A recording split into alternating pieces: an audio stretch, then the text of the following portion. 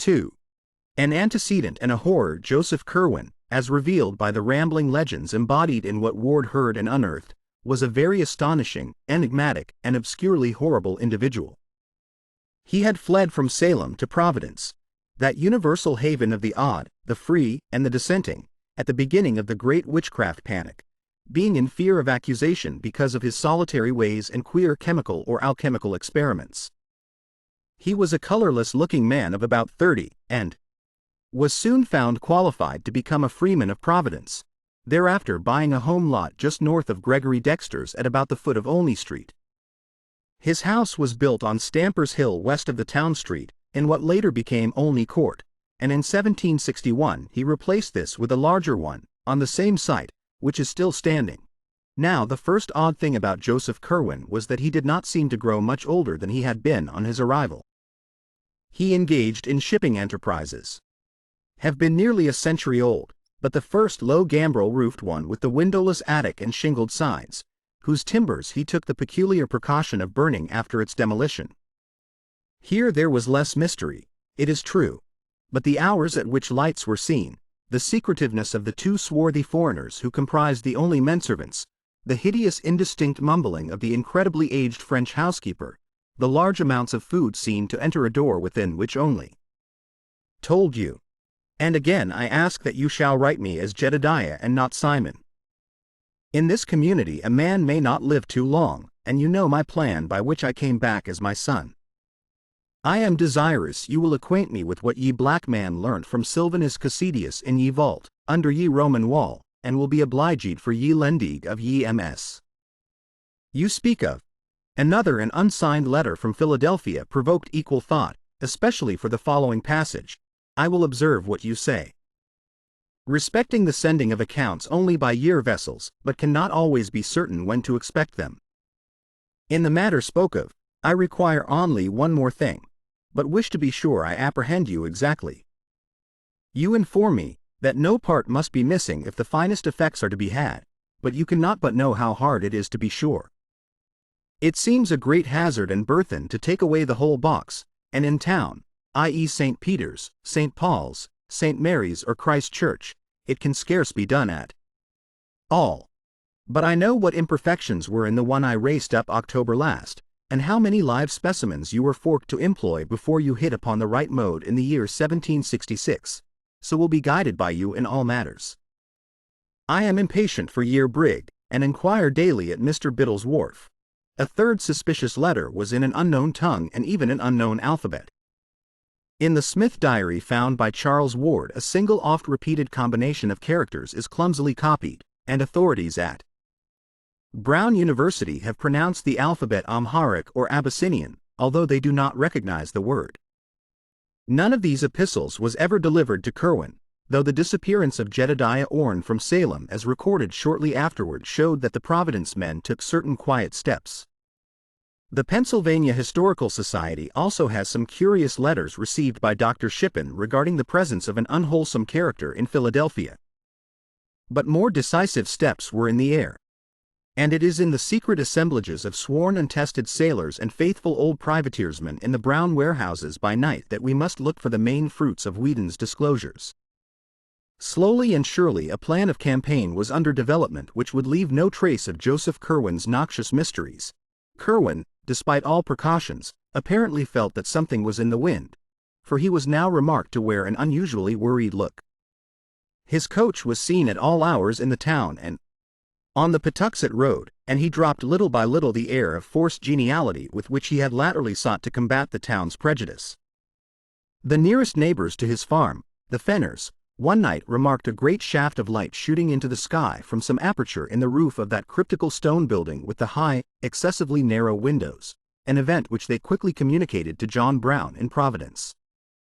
Mr. Brown had become the executive leader of the select group, bent on Curwen's extirpation, and had informed the Fenners that some action was about to be taken. This he deemed needful because of the impossibility of their not witnessing the final raid, and he explained his course by saying that Curwen was known to be a spy of the customs officers at Newport, against whom the hand of every Providence skipper, merchant, and farmer was openly or clandestinely raised. Whether the ruse was wholly believed by neighbors who had seen so many queer things is not certain, but at any rate the Fenners were willing to connect any evil with a man of such queer ways. To them Mr. Brown had entrusted the duty of watching the Curwen farmhouse, and of regularly reporting every incident which took place there. The probability that Curwen was on guard and attempting unusual things, as suggested by the odd shaft of light, precipitated at last the action so carefully devised by the band of serious citizens.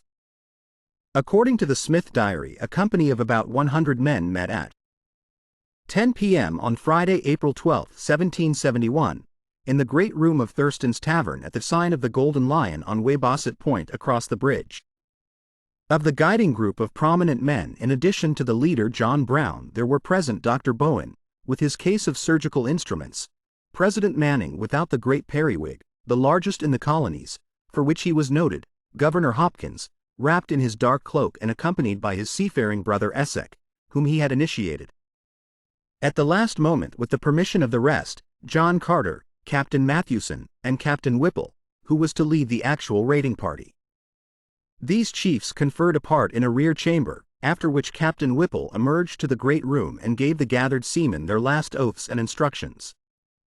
Eleazar Smith was with the leaders as they sat in the rear apartment awaiting the arrival of Ezra Whedon, whose duty was to keep track of Curwen and report the departure of his coach for the 4 persons lived, and the quality of certain voices often heard in muffled conversation at highly unseasonable times, all combined with what was known of the Patuxet farm to give the place a bad name. In choicer circles, too, the Curwen home was by no means undiscussed, for as the newcomer had gradually worked into the church and trading life of the town, he had naturally made acquaintances of the better sort, whose company and conversation he was well fitted by education to enjoy. His birth. Farm. About 10:30 a heavy rumble was heard on the great bridge, followed by the sound of a coach in the street outside, and at that hour there was no need of waiting for Whedon in order to know that the doomed man had set out for his last night of unhallowed wizardry. A moment later, as the receding coach clattered faintly over the muddy dock bridge, Whedon appeared, and the raiders fell silently into military order in the street, shouldering the firelocks, fowling pieces, or whaling harpoons, which they had with them. Whedon and Smith were with the party, and of the deliberating citizens there were present for active service Captain Whipple, the leader, Captain Essex Hopkins, John Carter, President Manning, Captain Mathewson, and Dr. Bowen, together with Moses Brown, who had come up at the 11th hour though absent from the preliminary session in the tavern. All these freemen and their 100 sailors began the long march without delay, grim and a trifle apprehensive as they left the muddy dock behind and mounted the gentle rise of Broad Street toward the Patuxet Road. Just beyond Elder Snow's church, some of the men turned back to take a parting look at Providence lying outspread under the early spring stars. Steeples and gables rose dark and shapely, and salt breezes swept up gently from the cove north of the bridge. Vega was climbing above the great hill across the water, whose crest of trees was broken by the roof line of the unfinished college edifice. At the foot of that hill, and along the narrow mounting lanes of its side, the old town dreamed. Old Providence, for whose safety and sanity so monstrous and colossal a blasphemy was about to be wiped out. An hour and a quarter later the raiders arrived, as previously agreed, at the Fenner farmhouse, where they heard a final report on their intended victim. He had reached his farm over half an hour before, and the strange light had soon afterward shot once more into the sky, but there were no lights in any visible windows. This was always the case of late. Even as this news was given, another great glare arose toward the south, and the party realized that they had indeed come close to the scene of awesome and unnatural wonders.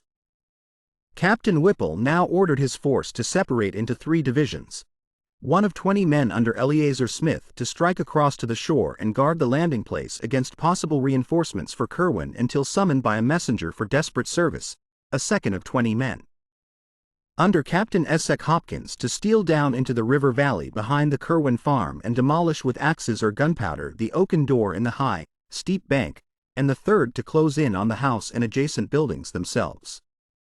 Of this division, 1/3 was to be led by Captain Mathewson to the cryptical stone edifice with high narrow windows, another third to follow Captain Whipple himself to the main farmhouse, and the remaining third to preserve a circle around the whole group of buildings. Until summoned by a final emergency signal, the river party would break down the hillside door at the sound of a single whistle blast, then wait and capture anything which might issue from the regions within. At the sound of 2 whistle blasts, it would advance through the aperture to oppose the enemy or join the rest of the raiding contingent. The party at the stone building would accept these respective signals in an analogous manner, forcing an entrance at the first and at the second descending. Whatever passage into the ground might be discovered, and joining the general or focal warfare expected to take place within the caverns. A third or emergency signal of 3 blasts would summon the immediate reserve from its general guard duty, its 20 men dividing equally and entering the unknown depths through both farmhouse and stone building.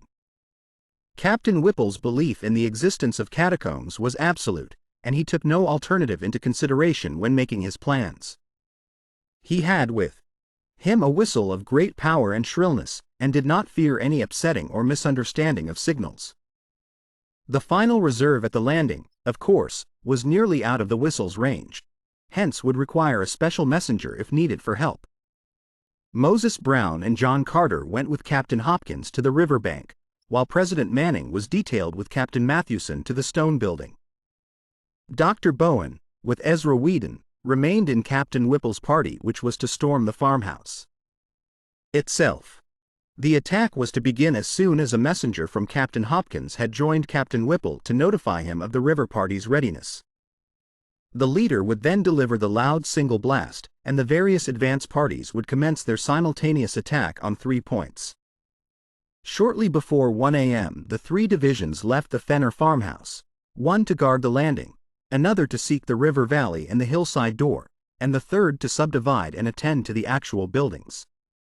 Was known to be good, since the Curwens or Corwins of Salem needed no introduction in New England. It developed that Joseph Curwen had traveled much in very early life, living for a time in England and making at least 2 voyages to the Orient, and his speech, when he deigned to use it, was that of a learned and cultivated Englishman. But for some reason or other Curwen did not care for society. Whilst never actually rebuffing a visitor, he always reared such a wall of reserve that few could. Of the Curwen farm, Eleazar Smith, who accompanied the shore guarding party, records in his diary an uneventful march and a long wait on the bluff by the bay, broken once by what seemed to be the distant sound of the signal whistle and again by a peculiar muffled blend of roaring and crying and a powder blast which seemed to come from the same direction.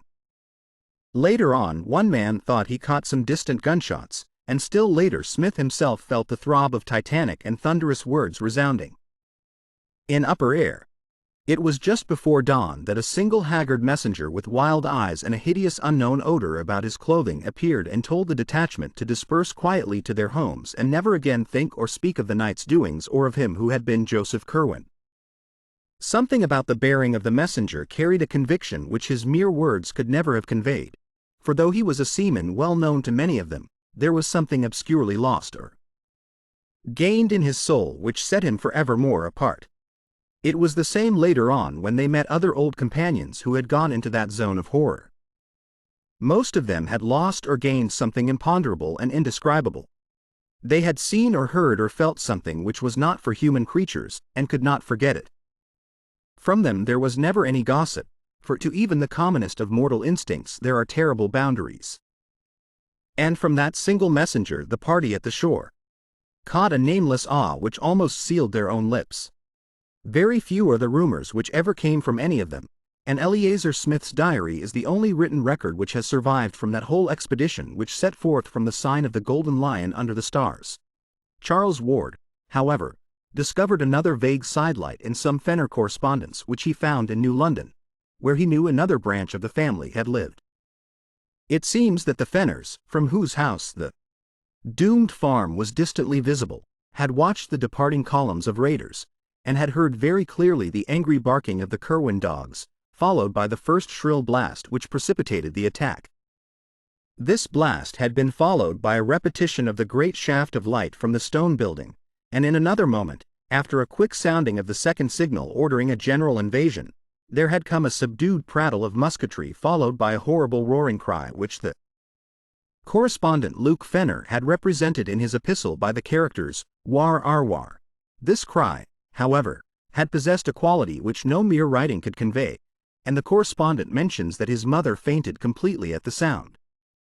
It was later repeated less loudly, and further but more muffled evidences of gunfire ensued, together with a loud explosion of powder from the direction of the river. About an hour afterward all the dogs began to bark frightfully, and there were vague ground rumblings so marked that the candlesticks tottered on the mantelpiece.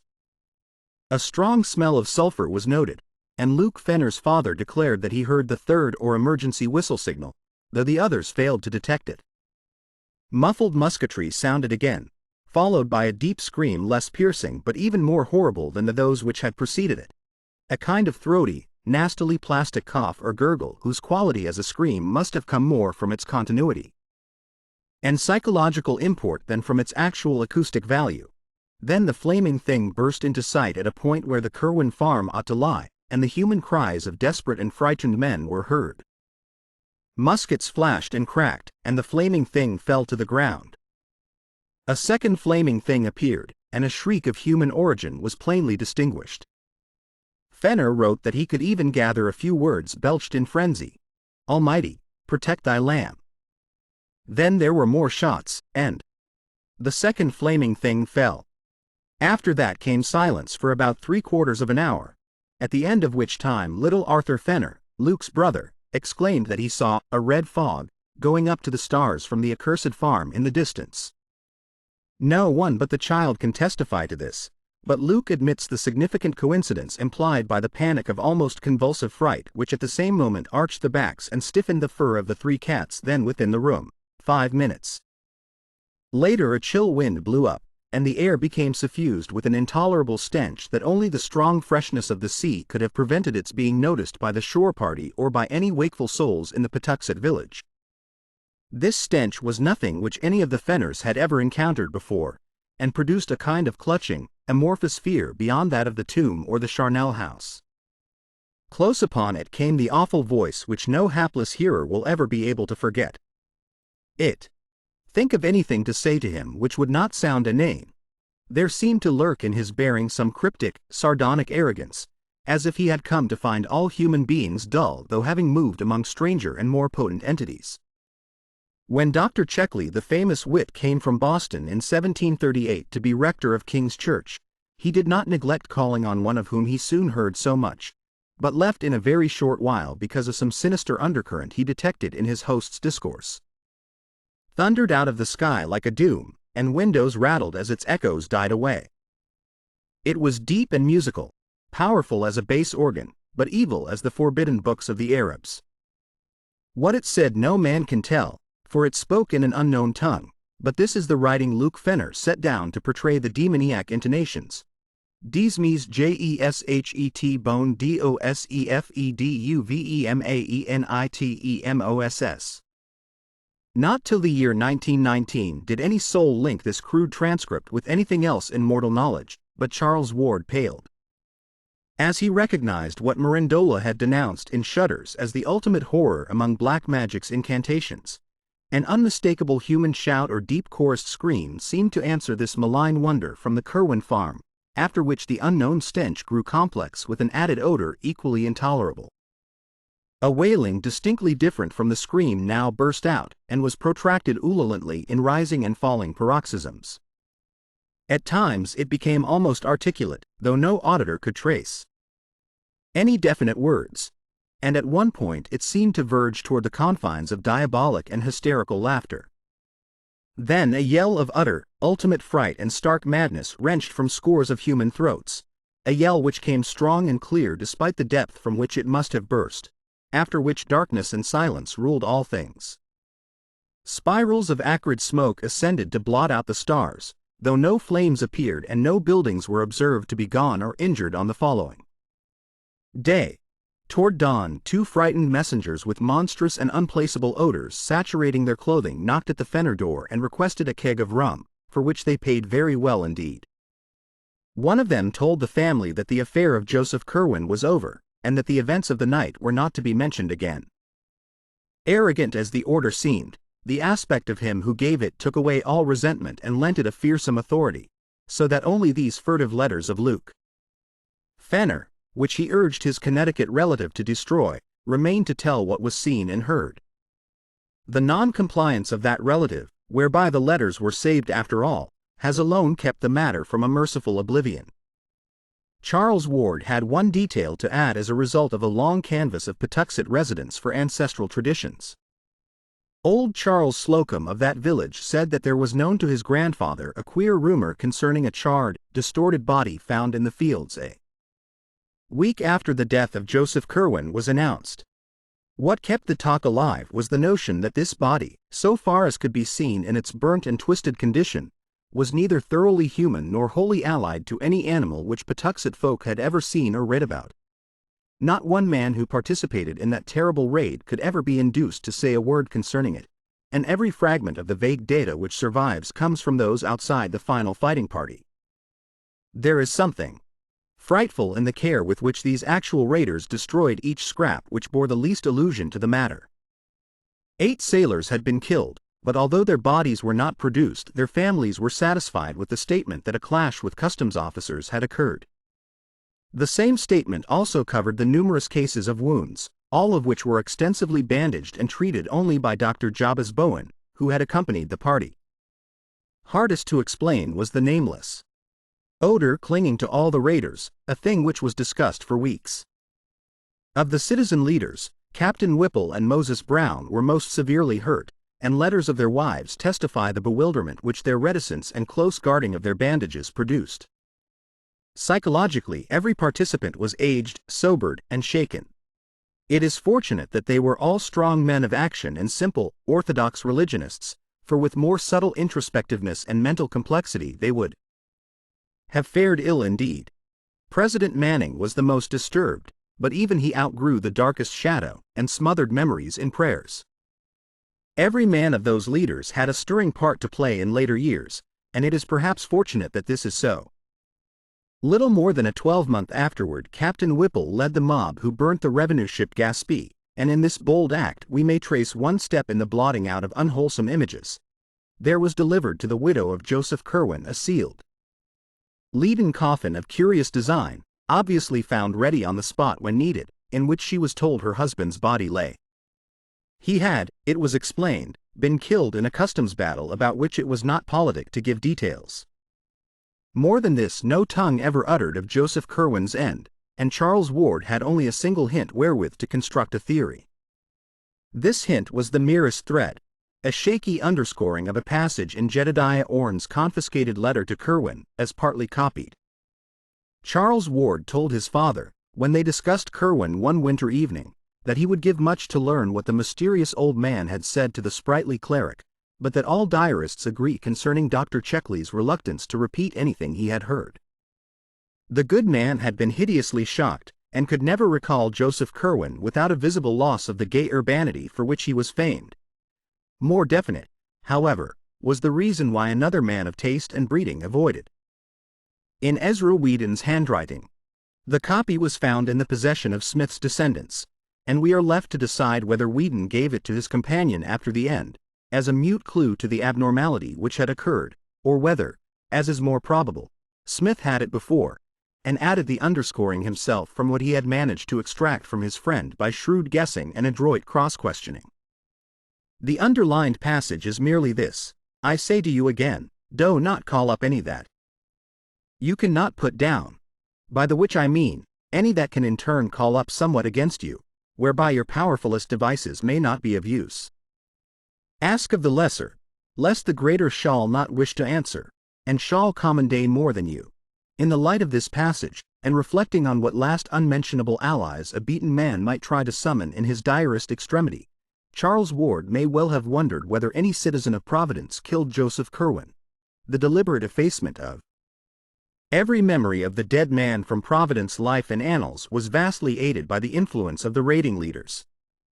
They had not at first meant to be so thorough, and had allowed the widow and her father and child to remain in ignorance of the true conditions, but Captain Tillinghast was an astute man, and soon uncovered enough rumors to whet his horror and cause him to demand that the daughter and granddaughter change their name, burned the library and all remaining papers, and chiseled the inscription from the slate slab above Joseph Curwen's grave. He knew Captain Whipple well, and probably extracted more hints from that bluff mariner than anyone else ever gained respecting the end of the accursed sorcerer. From that time on, the obliteration of Curwen's memory became increasingly rigid, extending at last by common consent even to the town records and files of the Gazette. It can be compared in spirit only to the hush that lay on Oscar Wilde's name for a decade after his disgrace, and in extent only to the fate of that sinful king of Runazar in Lord Dunsany's tale, whom the gods decided must not only cease to be, but must cease ever to have been, Mrs. Tillinghast, as the widow became known after 1772, sold the house in Olney Court and resided with her father in Powers Lane till her death in 1817. The farm at Patuxet, shunned by every living soul, remained to moulder through the years, and seemed to decay with unaccountable rapidity. By 1780 only the stone and brickwork were standing, and by 1800 even these had fallen to shapeless heaps. None ventured to pierce the tangled shrubbery on the river bank behind which the hillside door may have lain, nor did any try to frame a definite image of the scenes amidst which Joseph Curwen departed from the horrors he had wrought. Only robust old Captain Whipple was heard by alert listeners to mutter once in a while to himself, "Pox on that." But he had no business to laugh while he screamed. 'Twas as though the damned had some up his sleeve. For half a crown I'd burn his home. The haughty hermit. In 1746 Mr. John Merritt, an elderly English gentleman of literary and scientific leanings, came from Newport to the town which was so rapidly overtaking it in standing, and built a fine country seat on the Neck in what is now the heart of the best residence section. He lived in considerable style and comfort, keeping the first coach and liveried servants in town, and taking great pride in his telescope, his microscope, and his well-chosen library of English and Latin books. Hearing of Curwen as the owner of the best library in Providence, Mr. Merritt early paid him a call, and was more cordially received than most other callers at the house had been. His admiration for his host's ample shelves, which besides the Greek, Latin, and English classics were equipped with a remarkable battery of philosophical, mathematical, and scientific works including Paracelsus, Agricola, Van Helmont, Sylvius, Glauber, Boyle, Boerhaave, Becker, and Stahl, led Curwen to suggest a visit to the farmhouse and laboratory whither he had never invited anyone before, and the two drove out at once in Mr. Merritt's coach. Mr. Merritt always confessed to seeing nothing really horrible at the farmhouse, but maintained that the titles of the books in the special library of thaumaturgical, alchemical, and theological subjects which Curwen kept in a front room were alone sufficient to inspire him with a lasting loathing. Perhaps, however, the facial expression of the owner in exhibiting them contributed much of the prejudice. This bizarre collection, besides a host of standard works which Mr. Merritt was not too alarmed to envy, embraced nearly all the Qabalists, daemonologists, and magicians known to man, and was a treasure house of lore in the doubtful realms of alchemy and astrology. Hermes Trismegistus in Mesnard's edition, the Turba Philosophorum, Geber's Liber Investigationis, and Artefice's Key of Wisdom all were there, with the Qabalistic Zohar, Peter Jammy's set of Albertus Magnus, Raymond Lully's Ars Magna et Ultima in Zetzner's edition, Roger Bacon's Thesaurus Chemicus, Flood's Clavis Alchemiae, and Trithemus's De Lapide Philosophico crowding them close. Mediaeval Jews and Arabs were represented in profusion, and Mr. Merritt turned pale when, upon taking down a fine volume conspicuously labeled as the Qanun-e-Islam, he found it was in truth the forbidden Necronomicon of the mad Arab Abdul Alhazred, of which he had heard such monstrous things whispered. Purchased wharfage near Mile End Cove, helped rebuild the Great Bridge in 1713, and in 1723 was one of the founders of the Congregational Church on the Hill. But always did he retain his nondescript aspect of a man not greatly over 30 or 35. As decades mounted up, this singular quality began to excite wide notice, but Curwen always explained it by saying that he came of hardy forefathers, and practiced a simplicity of living which did not wear him out. How such simplicity could be? Some years previously, after the exposure of nameless rites at the strange little fishing village of Kingsport, in the province of the Massachusetts Bay, But oddly enough, the worthy gentleman owned himself most impalpably disquieted by a mere minor detail.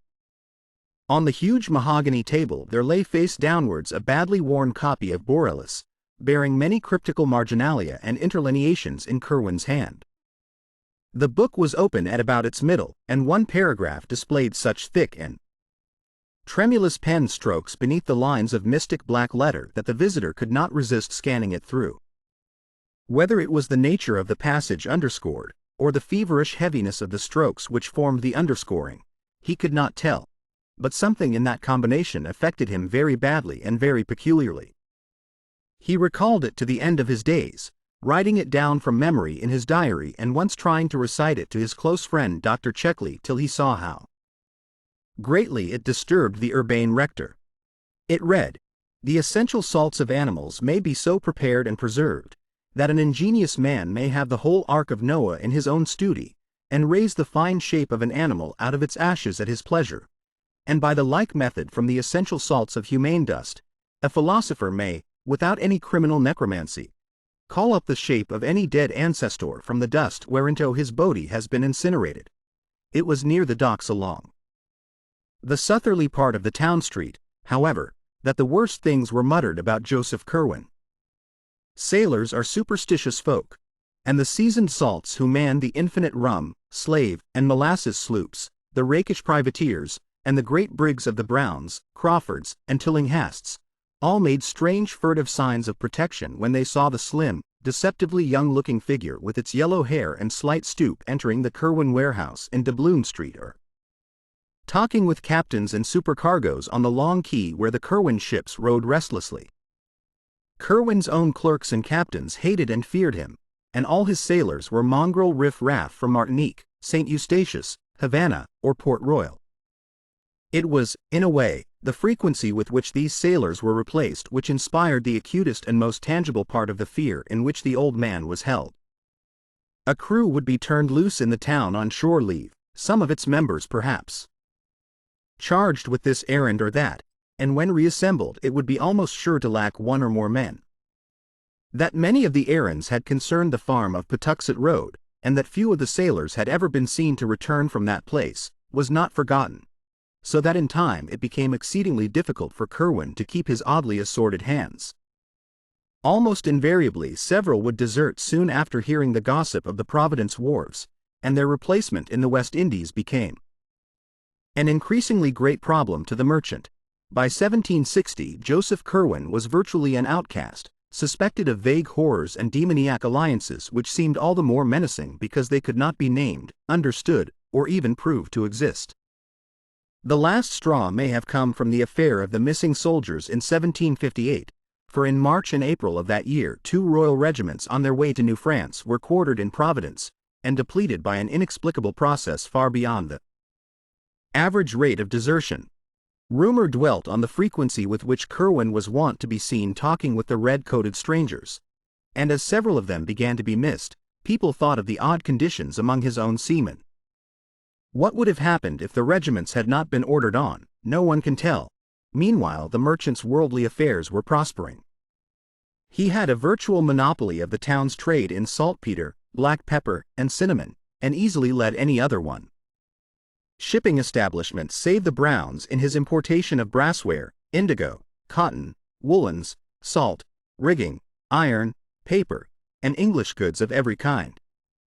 Such shopkeepers as James Green, at the sign of the Elephant in Cheapside, the Russells, at the sign of the Golden Eagle across the bridge, or Clark and Nightingale at the Frying Pan and Fish near New Coffee House, depended almost wholly upon him for their stock, and his arrangements with the local distillers, the Narragansett dairymen and horse breeders, and the Newport candlemakers, made him one of the prime exporters of the colony. Ostracized though he was, he did not lack for civic spirit of a sort. When the colony house burned down, he subscribed handsomely to the lotteries by which the new brick one, still standing at the head of its parade in the old Main Street, was built in 1761. In that same year, too, he helped rebuild the Great Bridge after the October gale. He replaced many of the books of the public library consumed. Reconciled with the inexplicable comings and goings of the secretive merchant, and with the queer gleaming of his windows at all hours of night, was not very clear to the townsfolk, and they were prone to assign other reasons for his continued youth and longevity. It was held, for the most part, that Curwen's incessant mixings and boilings of chemicals had much to do with his condition. Gossip spoke of the strange substances he brought from London and the Indies on his ships or purchased in the Colony House fire, and bought heavily in the lottery that gave the muddy market parade and deep-rutted town street their pavement of great round stones with a brick footwalk or causey in the middle. About this time, also, he built the plain but excellent new house whose doorway is still such a triumph of carving. When the Whitefield adherents broke off from Dr. Cotton's Hill Church in 1743 and founded Deacon Snow's Church across the bridge, Curwen had gone with them, though his zeal and attendance soon abated. Now, however, he cultivated piety once more, as if to dispel the shadow which had thrown him into isolation, and would soon begin to wreck his business fortunes if not sharply checked. The sight of this strange, pallid man, hardly middle-aged in aspect yet certainly not less than a full century old, seeking at last to emerge from a cloud of fright into a station too vague to pin down or analyze, was at once a pathetic, a dramatic, and a contemptible thing. Such is the power of wealth and of surface gestures, however, that there came indeed a slight abatement in the visible aversion displayed toward him, especially after the rapid disappearances of his sailors abruptly ceased. He must likewise have begun to practice an extreme care and secrecy in his graveyard expeditions, for he was never again caught at such wanderings, whilst the rumors of uncanny sounds and maneuvers at his Patuxet farm diminished in proportion.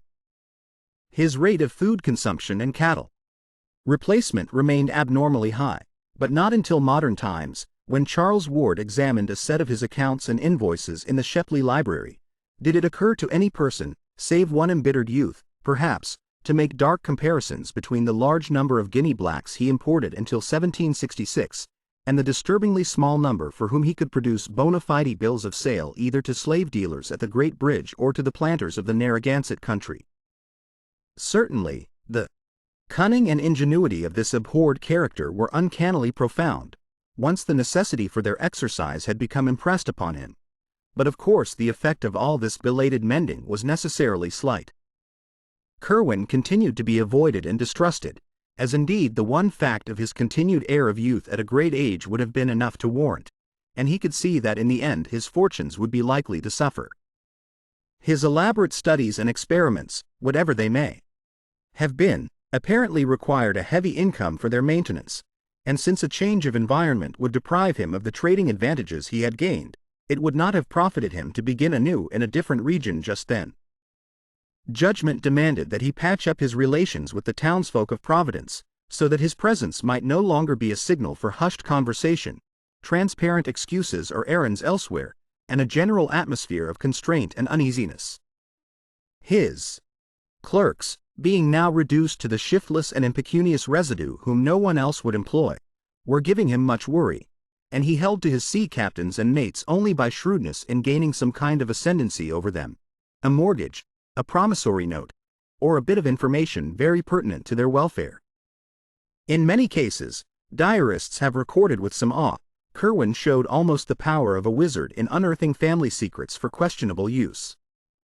During the final 5 years of his life it seemed as though only direct talks with the long dead could possibly have furnished some of the data which he had so glibly at his tongue's end.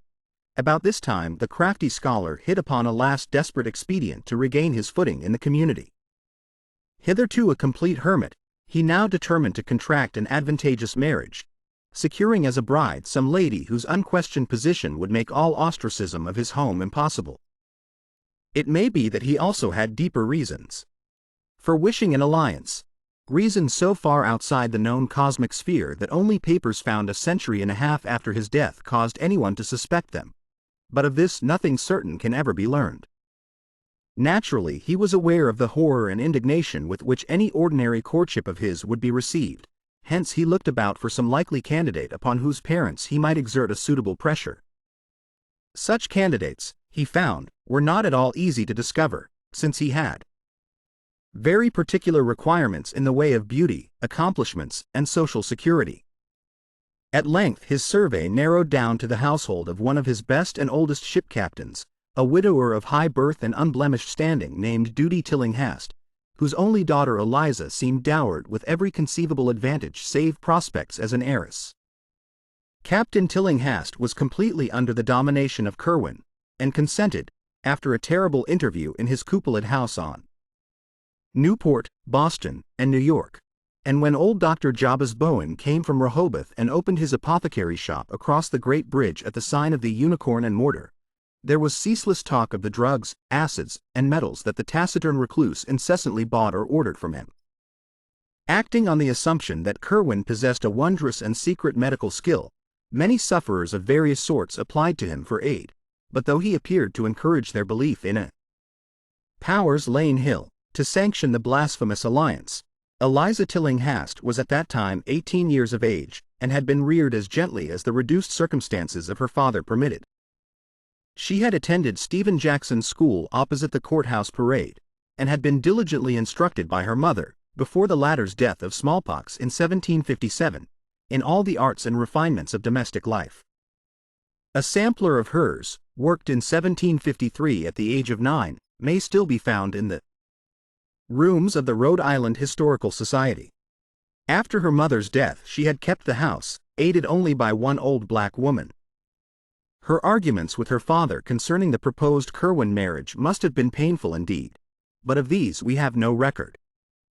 Certain it is that her engagement to young Ezra Whedon, second mate of the Crawford Packet Enterprise, was dutifully broken off, and that her union with Joseph Curwen took place on the 7th of March, 1763, in the Baptist Church, in the presence of the most distinguished assemblages which the town could boast, the ceremony being performed by the younger Samuel Windsor. The Gazette mentioned the event very briefly, and in most surviving copies the item in question seems to be cut or torn out. Ward found a single intact copy after much search in the archives of a private collector of note, observing with amusement the meaningless urbanity of the language. Monday evening last, Mr. Joseph Curwen, of this town, merchant, was married to Miss Eliza Tillinghast, daughter of Captain Duty Tillinghast, a young lady who has real merit, added to a beautiful person, to grace the connubial state and perpetuate its felicity. The collection of Durfee Arnold letters, discovered by Charles Ward shortly before his first reputed madness in the private collection of Melville F. Peters, Esq., of George Street, and covering this and a somewhat antecedent period, throws vivid light on the outrage done to public sentiment by this ill-assorted match. The social influence of the Tillinghasts, however, was not to be denied, and once more Joseph Curwen found his house frequented by persons whom he could never otherwise have induced to cross his threshold. His acceptance was by no means complete, and his bride was socially the sufferer through her forced venture, but at all events the wall of utter ostracism was somewhat torn down. In his treatment of his wife the strange bridegroom astonished both her and the community by displaying an extreme graciousness and consideration. The new house in Olney Court was now wholly free from disturbing manifestations, and although Curwen was much absent at the Patuxet farm which his wife never visited, he seemed more like a normal citizen than at any other time in his long years of residence. Only one person remained in open enmity with him, this being the youthful ship's officer whose engagement to Eliza Tillinghast had been so abruptly broken. Ezra Whedon had frankly vowed vengeance, and though of a quiet and ordinarily mild disposition, was now gaining a hate-bred, dogged purpose which boded no good to the usurping husband. On the 7th of May, 1765, Curwen's only child Anne was born, and was christened by the Reverend John Graves of King's Church, of which both husband and wife had become communicants shortly after their marriage, in order to compromise between their respective Congregational and Baptist affiliations. The record of this birth, as well as that of the marriage 2 years before, was stricken from most copies of the church and town annals where it ought to appear, and Charles Ward located both with the greatest difficulty after his discover of the widow's change of name had apprised him of his own relationship and engendered the feverish interest which culminated in his madness. The birth entry, indeed, was found very curiously through correspondence with the heirs of the loyalist Dr. Graves, who had taken with him a duplicate set of records when he left his pastorate at the outbreak of the Revolution. Ward had tried this source because he knew that his great-great-grandmother Anne Tillinghast Potter had been an Episcopalian. Shortly after the birth of his daughter, an event he seemed to welcome with a fervor greatly out of keeping with his usual coldness, Curwen resolved to sit for a portrait. This he had painted by a very gifted Scotsman named Cosmo Alexander, then a resident of Newport, and since famous as the early teacher of Gilbert Stuart. The likeness was said to have been executed on a wall panel of the library of the house in Olney Court, but neither of the two old diaries mentioning it gave any hint of its ultimate disposition. At this period the erratic scholar showed signs of unusual abstraction, and spent as much time as he possibly could at his farm on the Patuxet Road. He seemed, as was stated, in a condition of suppressed excitement or suspense, as if expecting some phenomenal thing or on the brink of some strange discovery. Non-committal way, and always gave them odd-colored potions in response to their requests. It was observed that his ministrations to others seldom proved of benefit. At length, when over 50 years had passed since the stranger's advent, and without producing more than 5 years' apparent change in his face and physique, the people began to whisper more darkly, and to meet more than halfway that desire for isolation which he had always shown. Private letters and diaries of the period reveal. Chemistry or alchemy would appear to have played a great part, for he took from his house to the farm the greater number of his volumes on that subject. His affectation of civic interest did not diminish, and he lost no opportunities for helping such leaders as Stephen Hopkins, Joseph Brown, and Benjamin West in their efforts to raise the cultural tone of the town, which was then much below the level of Newport in its patronage of the liberal arts. He had helped Daniel Jenkins found his bookshop in 1763, and was thereafter his best customer, extending aid likewise to the struggling gazette that appeared each Wednesday at the sign of Shakespeare's Head. In politics he ardently supported Governor Hopkins against the Ward party whose prime strength was in Newport, and his really eloquent speech at Hackers Hall in 1765 against the setting off of North Providence as a separate town with a pro-Ward vote in the General Assembly did more than any other thing to wear down the prejudice against him. But Ezra Whedon, who watched him closely, sneered cynically at all this outward activity, and freely swore it was no more than a mask for some nameless traffic with the blackest gulfs of Tartarus. The revengeful youth began a systematic study of the man and his doings whenever he was in port, spending hours at night by the wharves with a dory in readiness when he saw lights in the Curwen warehouses, and following the small boat which would sometimes steal quietly off and down the bay. He also kept as close a watch as possible on the Patuxet farm, and was once severely bitten by the dogs the old Indian couple loosed upon him. In 1766 came the final change in Joseph Curwen. It was very sudden, and gained wide notice amongst the curious townsfolk, for the air of suspense and expectancy dropped like an old cloak, giving instant place to an ill-concealed exaltation of perfect triumph. Curwen seemed to have difficulty in restraining himself from public harangues on what he had found or learned or made, but apparently the need of secrecy was greater than the longing to share his rejoicing, for no explanation was ever offered by him. It was after this transition, which appears to have come early in July, that the sinister scholar began to astonish people by his possession of information which only their long-dead ancestors would seem to be able to impart. But Curwen's feverish secret activities by no means ceased with this change. On the contrary, they tended rather to increase, so that more and more of his shipping business was handled by the captains whom he now bound to him by ties of fear as potent as those of bankruptcy had been. He altogether abandoned the slave trade, alleging that its profits were constantly decreasing.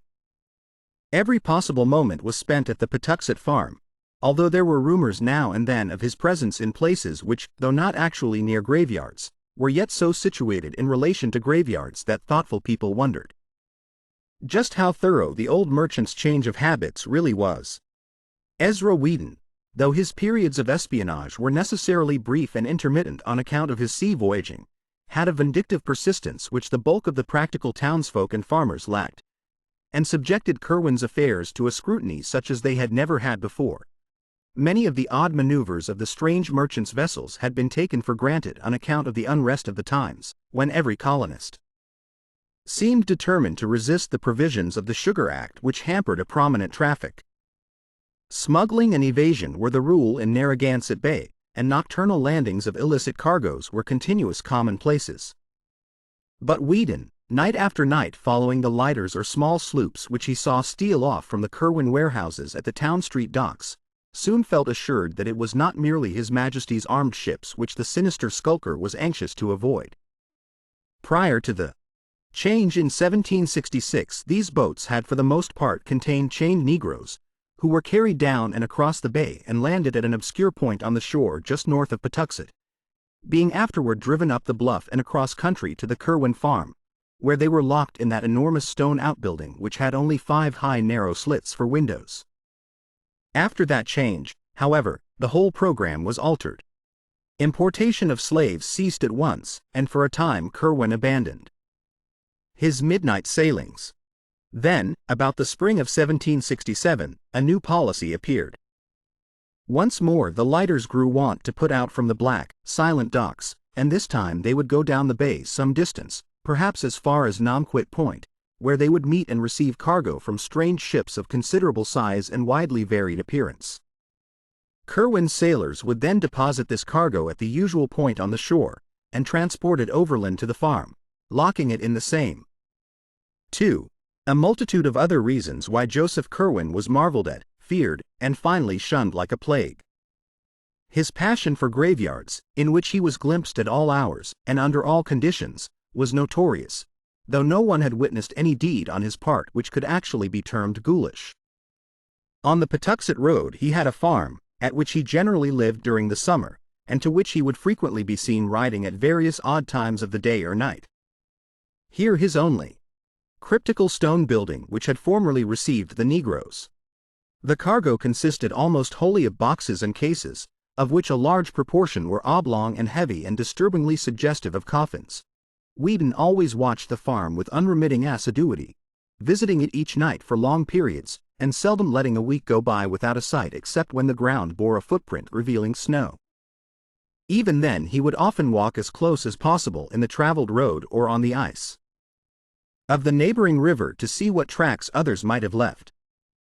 Finding his own vigils interrupted by nautical duties, he hired a tavern companion named Eleazar Smith to continue the survey during his absence, and between them the two could have set in motion some extraordinary rumors.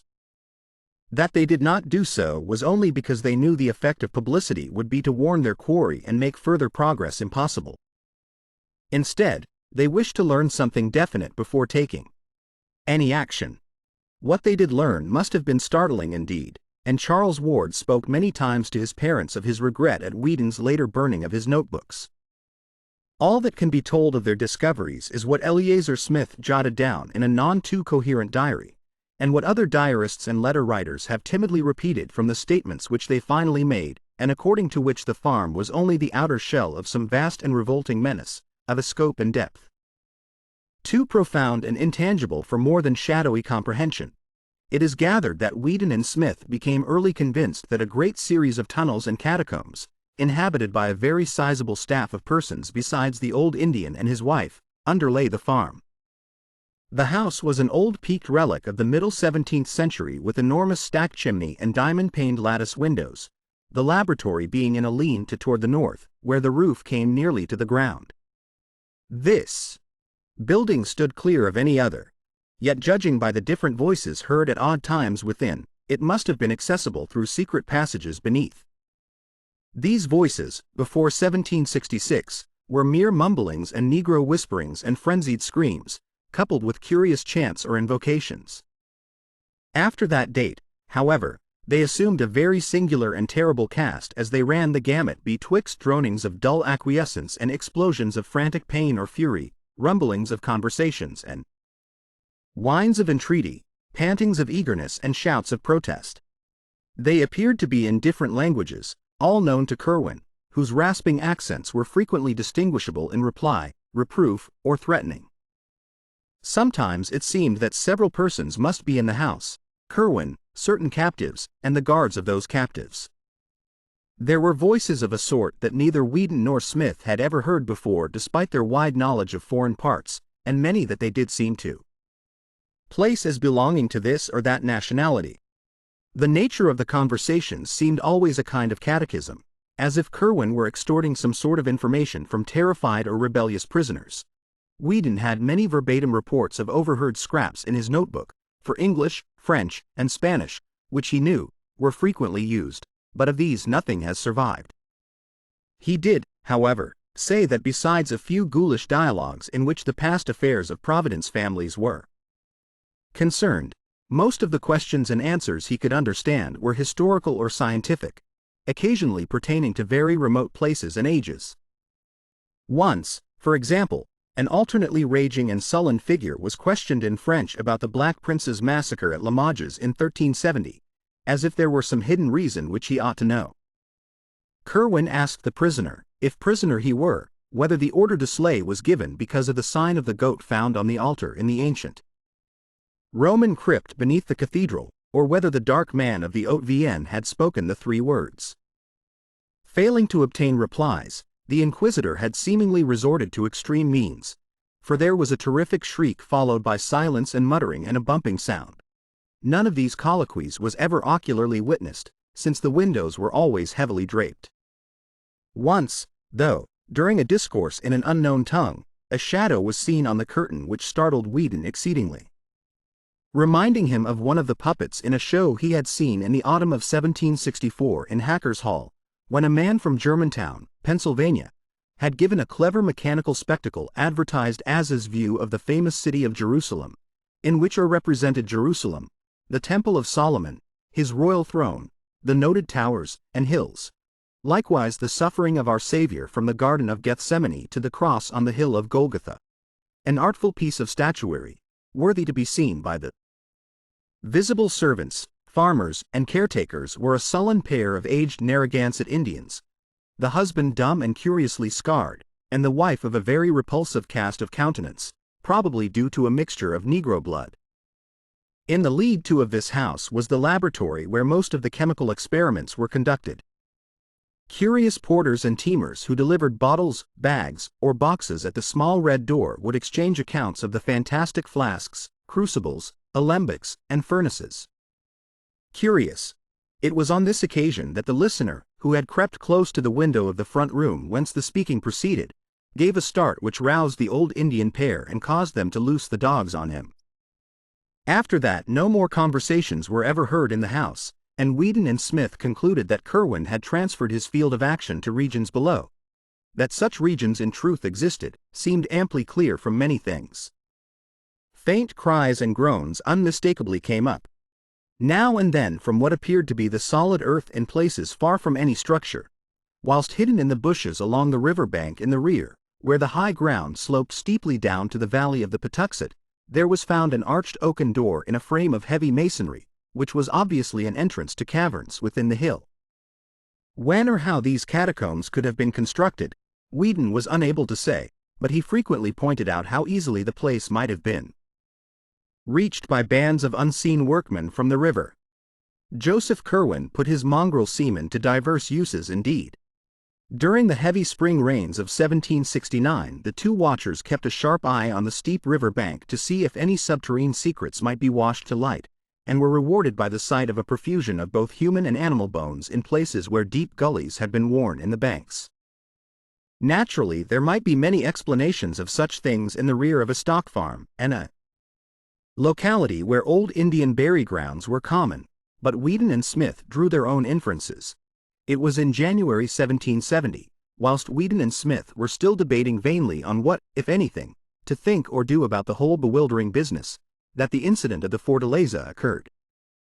Exasperated by the burning of the revenue sloop Liberty at Newport during the previous summer, the customs fleet under Admiral Wallace had adopted an increased vigilance concerning strange vessels, and on this occasion His Majesty's armed schooner Signet, under Captain Charles Leslie, captured after a short pursuit one early morning the scow Fortaleza of Barcelona, Spain, under Captain Manuel Arruda, bound according to its log from Grand Cairo, Egypt, to Providence. When searched for contraband material, this ship revealed the astonishing fact that its cargo consisted exclusively of Egyptian mummies, consigned to sailor ABC, who would come to remove his goods in a lighter just off Namquit Point, and whose identity Captain Arruda felt himself in honor bound not to reveal. The Vice Admiralty at Newport, at a loss what to do in view of the non-contraband nature of the cargo on the one hand and of the unlawful secrecy of the entry on the other hand, compromised on Collector Robinson's recommendation by freeing the ship but forbidding it a port in Rhode Island waters. There were later rumors of its having been seen in Boston Harbor, though it never openly entered the port of Boston. This extraordinary incident did not fail of wide remark in Providence, and there were not many who doubted the existence of some connection between the cargo of mummies and the sinister Joseph Curwen. His exotic studies and his curious chemical importations being common knowledge, and his fondness for graveyards being common suspicion, it did not take much imagination to link him with a freakish importation which could not conceivably have been destined for anyone else in the town. As if conscious of this natural belief, Curwen took care to speak casually on several occasions of the chemical value of the balsams found in mummies, thinking perhaps that he might make the affair seem less unnatural, yet stopping just short of admitting his participation. Whedon and Smith, of course, felt no doubt whatsoever of the significance of the thing, and indulged in the wildest theories concerning Curwen and his monstrous labors. The following spring, like that of the year before, had heavy rains, and the watchers kept careful track of the river bank behind the Curwen farm. Large sections were washed away, and a certain number of bones discovered, but no glimpse was afforded of any actual subterranean chambers or burrows. Something was rumored, however, at the village of Patuxent about a mile below, where the river flows in falls over a rocky terrace to join the placed landlocked cove. There, where quaint old cottages climbed the hill from the rustic bridge, and fishing smacks lay anchored at their sleepy docks, a vague report went round of things that were floating down the river and flashing into sight for a minute as they went over the falls. Of course the Patuxent is a long river which winds through many settled regions abounding in graveyards, and of course the spring rains had been very heavy, but the fisherfolk about the bridge did not like the wild way that one of the things stared as it shot down to the still waters below, or the way that another half cried out although they saw in the low-shelved room, and prophesied in whispers that the close-mouthed chemist, by which they meant alchemist, would not be long in finding the philosopher's stone. The nearest neighbors to this farm, the Fenners, a quarter of a mile away, had still queerer things to tell of certain sounds which they insisted came from the Curwen place in the night. There were cries, they said, and sustained howlings, and they did not like the large numbers of livestock which thronged the condition had greatly departed from that of objects which normally cried out. That rumor sent Smith, for Whedon was just then at sea, in haste to the river bank behind the farm, where surely enough there remained the evidence of an extensive cave-in. There was, however, no trace of a passage into the steep bank, for the miniature avalanche had left behind a solid wall of mixed earth and shrubbery from aloft. Smith went to the extent of some experimental digging, but was deterred by lack of success, or perhaps by fear of possible success. It is interesting to speculate on what the persistent and revengeful Whedon would have done had he been ashore at the time. By the autumn of 1770, Whedon decided that the time was ripe to tell others of his discoveries, for he had a large number of facts to link together, and a second eyewitness to refute the possible charge that jealousy and vindictiveness had spurred his fancy. As his first confidant he selected Captain James Mathewson of the Enterprise, who on the one hand knew him well enough not to doubt his veracity, and on the other hand was sufficiently influential in the town to be heard in turn with respect. The colloquy took place in an upper room of Sabin's Tavern near the docks, with Smith present to corroborate virtually every statement, and it could be seen that Captain Mathewson was tremendously impressed. Like nearly everyone else in the town, he had had black suspicions of his own anent Joseph Curwen, hence it needed only this confirmation and enlargement of data to convince him absolutely. At the end of the conference he was very grave, and enjoined strict silence upon the two younger men. He would, he said, transmit the information separately to some 10 or so of the most learned and prominent citizens of Providence, ascertaining their views and following whatever advice they might have to offer. Secrecy would probably be essential in any case, for this was no matter that the town constables or militia could cope with, and above all else the excitable crowd must be kept in ignorance, lest there be enacted in these already troublous times a repetition of that frightful Salem panic of less than a century before which had first brought Curwen hither. The right persons to tell, he believed, would be Dr. Benjamin West, whose pamphlet on the late transit of Venus proved him a scholar and keen thinker. Reverend James Manning, president of the college, which had just moved up from Warren and was temporarily housed in the new King Street schoolhouse awaiting the completion of its building on the hill above Presbyterian Lane. Ex-Governor Stephen Hopkins, who had been a member of the Philosophical Society at Newport, and was a man of very broad perceptions. John Carter, publisher of the Gazette. All four of the Brown brothers, John, Joseph, Nicholas, and Moses, who formed the recognized local magnates, and of whom Joseph was an amateur scientist of parts. Old Dr. Jabez Bowen, whose erudition was considerable, and who had much first-hand knowledge of Curwen's odd purchases, and Captain Abraham Whipple, a privateersman of phenomenal boldness and energy who could be counted on to lead in any active measures needed. These men, if favorable, might eventually be brought together for collective deliberation, and with them would rest the responsibility of deciding whether or not to inform the governor of the colony, Joseph Wanton of Newport, before taking action. The mission of Captain Mathewson prospered beyond his highest expectations, for whilst he found one or two of the chosen confidants somewhat skeptical of the possible ghastly side of Whedon's tale, there was not one who did not think it necessary to take some sort of secret and coordinated action. Curwen, it was clear, formed a vague potential menace to the welfare of the town and colony, and must be eliminated at any cost. Late in December 1770, a group of eminent townsmen met at the home of Stephen Hopkins and debated tentative measures. Whedon's notes, which he had given to Captain Mathewson, were carefully read, and he and Smith were summoned to give testimony anent details. Something very like fear seized the whole assemblage before the meeting was over, though there ran through that fear a grim determination which Captain Whipple's bluff and resonant profanity best expressed. They would not notify the governor, because a more than legal course seemed necessary. With hidden powers of uncertain extent apparently at his disposal, Curwen was not a man who could safely be warned to leave town. Nameless reprisals might ensue, and even if the sinister creature complied, the removal would be no more than the shifting of an unclean burden to another place. The times were lawless, and men who had flouted the king's revenue forces for years were not the ones to balk at sterner things when duty impelled. Curwen must be surprised at his Patuxet farm by a large raiding party of seasoned privateersmen and given one pastures, for no such amount was needed to keep a lone old man and a very few servants in meat, milk, and wool. The identity of the stock seemed to change from week to week as new droves were purchased from the Kingstown farmers. Then, too, there was something very obnoxious about a certain great stone outbuilding with only high narrow slits for windows. Great bridge idlers likewise had much to say of Curwen's townhouse in Olney Court, not so much the fine new one built in 1761, when the man must decisive chance to explain himself. If he proved a madman, amusing himself with shrieks and imaginary conversations in different voices, he would be properly confined. If something graver appeared, and if the underground horrors indeed turned out to be real, he and all with him must die. It could be done quietly, and even the widow and her father need not be told how it came about. While these serious steps were under discussion, there occurred in the town an incident so terrible and inexplicable that for a time little else was mentioned for miles around.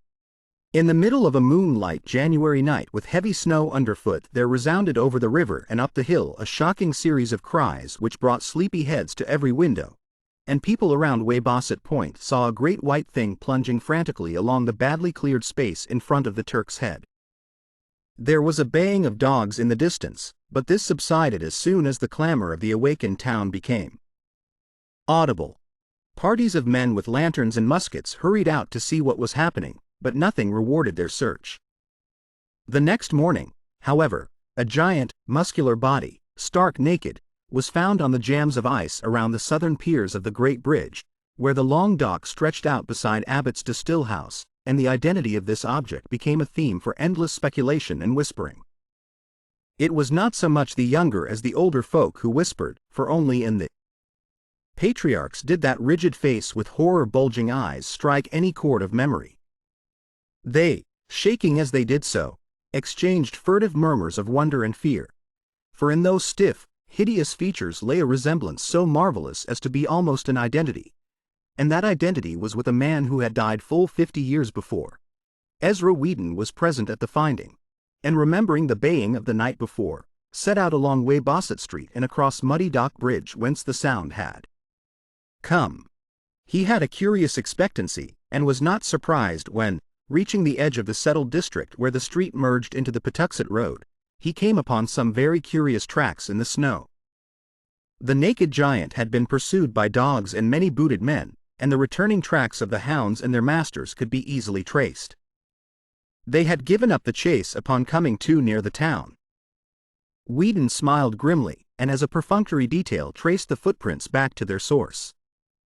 It was the Patuxent farm of Joseph Curwen, as he well knew it would be, and he would have given much had the yard been less confusingly trampled.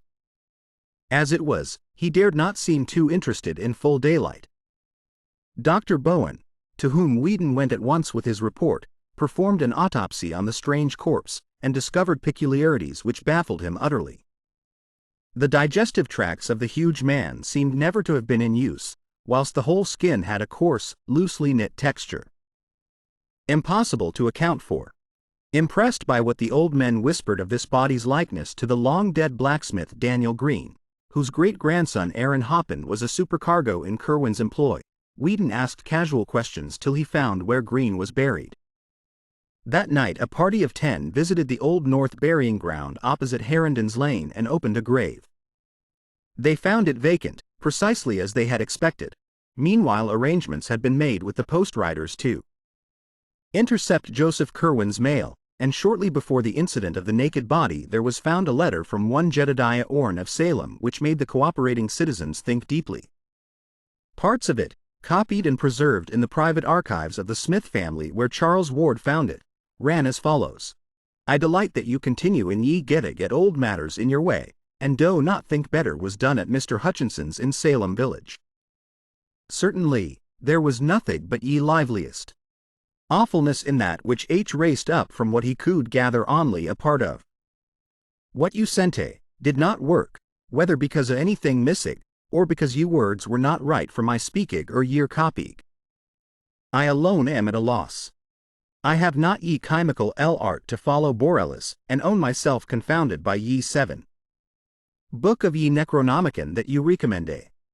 But I would have you observe what was told to us about takig care whom to cae up, for you are sensible what Mr. Mather writ in ye Magnalia of, and can judge how truly that horrendous thing is reported. I say to you again, do not call up any that you cannot put down, by the which I mean, any that can in turn call up somewhat against you, whereby your powerfulest devices may not be of use. Ask of the lesser, lest the greater shall not wish to answer, and shall commende more than you. I was frighted when I read of your Nogue what Ben Zariot Natmach had in his ebony box, for I was conscious who must have